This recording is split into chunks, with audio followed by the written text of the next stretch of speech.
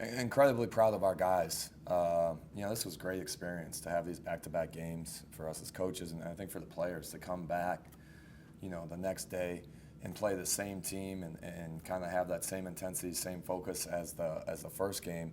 I think it's going to be really valuable for us when we play Evansville. So it's not easy to beat anyone twice, especially not back-to-back. And our defensive effort and the way the guys played connected today on that end helped us win the game. It was the first time we didn't shoot the ball that well, and we won with our defense, and that was really positive to see. Matt Barney, you want to start us off with questions? Bryan, who impressed you the most the past 2 days? That's a good question, Matt. I thought Lance had moments where he was playing at a high level. I thought Marcus bounced back really well today and was really decisive with all his actions. But I thought our bigs did a great job today with Anthony, Kyler, and Siku being up on ball screens. Ben's been consistent for us, and kind of Trent and Dalton had done a great job defensively with their energy and their presence. So I think different guys have stepped up over these past 48 hours. I don't know if one guy has dominated these two games. I know the team's been great from the three-point line all year long, but he was struggling today, so much so that beyond the arc, I was wondering, what were your thoughts on the shot selection from deep for your team? Yeah, we took a couple tough ones in the first half in transition, maybe one or two contested threes, but besides that, I thought most of our threes were pretty good shots. We understand we're probably not going to shoot 50% from three, every single game or for the season, but I have complete confidence in all these guys. They're in here, throughout the night and the mornings, putting shots up every single day. So I think most of them were good looks, though. Verplanken has really struggled the past 2 days. What can he do to keep that confidence high and keep shooting? Yeah, Steven's one of our hardest workers, and he had some good looks these past 2 days, and they didn't drop for him. And, he can do so many other things. He's got a really good feel for the game. He can, help us with the passing. And then defensively, he's got a lot better since he's been here, and he's going to continue to evolve defensively to hopefully, be one of our better defenders. So I think those areas, he can continue to improve in. And the shooting, he's a great shooter. He shot, 45% last year from three or something. So he's going to make shots.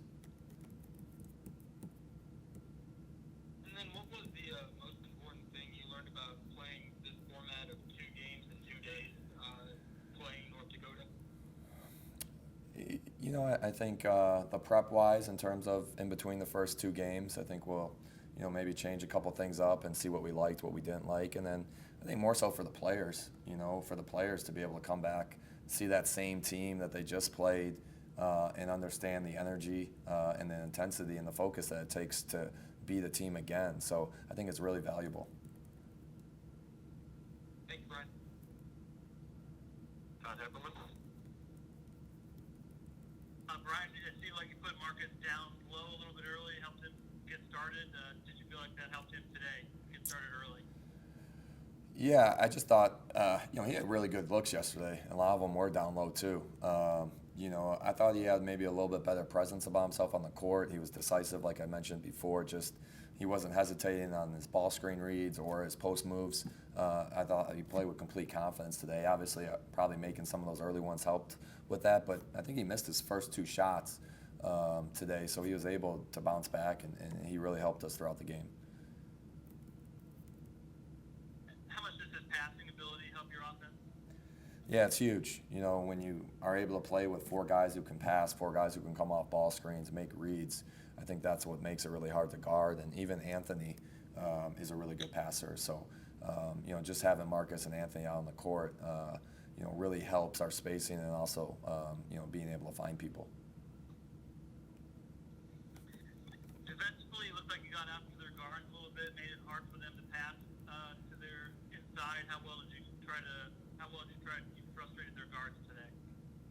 Yeah, it was team effort. In terms of our guards putting a little bit more ball pressure, and then our bigs being up on ball screens, and then gap helping in their gaps. So, I thought our guys did a good job making that adjustment, and I think it showed in terms of playing a complete defensive game, both halves. You had 5 guys with 4 or more rebounds. Did you feel like you turned the corner off the glass a little bit this week? I'm not saying that until end of March or early April. We did a good job these past 2 games. North Dakota averages 10 rebounds, offensive rebounds a game coming into it, and I thought we did a good job blocking out and being able to start our transition from our blackouts. Thank you. Kendra Sheehan? Hey, when UND seemed to come out of the second half and being a little bit sluggish, you guys seem to keep up your tempo. How did you feel about your team's endurance throughout the entire game today? Yeah, I thought the guys at halftime realized we weren't playing our best, and there was really good focus at the halftime in the locker room, and I thought they came out and played the right way those first 4 minutes and kind of set the tone to be able to get our lead separated from them. I think the conditioning and the energy was pretty good, for the first time playing back-to-back games with our guys. I didn't notice, any guys, feeling sluggish out there or being tired. So I was pretty pleased with the effort from our guys over the 48 hours. You guys had 14 turnovers today. Is there anything in particular that you want to specifically work on or critique your guys before you head into Butler and especially before you head into conference play? Yeah, we got to continue to value the ball. If we can get a shot every possession, with I think the type of offensive players that we have, I think we can be a hard team to beat. And we talk about that daily with our guys. So taking care of the ball is extremely important in order for us to have success in terms of the level of success we want to have. Awesome. Thanks, Coach. Thanks.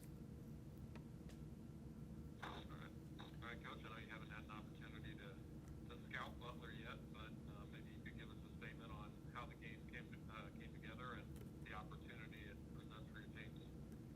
Yeah, excited, obviously, to have another game, really. That was our biggest goal, is for these guys to play another game before Christmas and to play against a really good program. It's a great opportunity for our guys.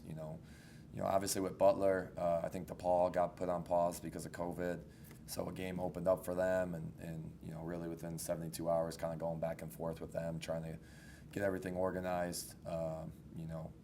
We're happy to be able to go up there and play. I think it's a great opportunity for our guys to go to Indianapolis, where the NCAA tournament's going to be, and then to be able to play against a program with as much tradition as Butler has.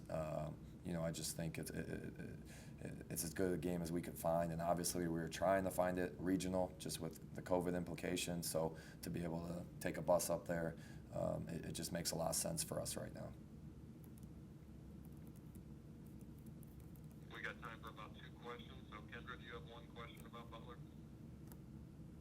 You had just mentioned that it was so important to try and find another game before you went into conference play. What are you really going to try and take away from this game to get you ready for conference? Yeah, it's going to be a great measuring stick.